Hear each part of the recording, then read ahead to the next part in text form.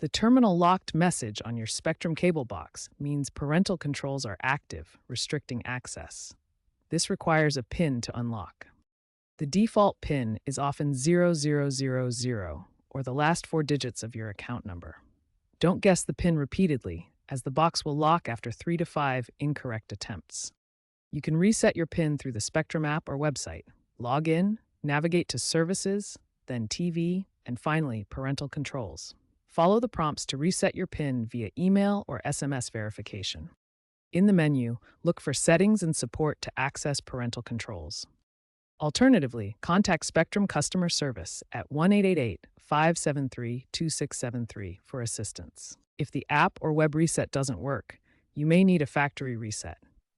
Find the Reset button on the back of your Spectrum cable box, referring to Spectrum's guides for your specific model.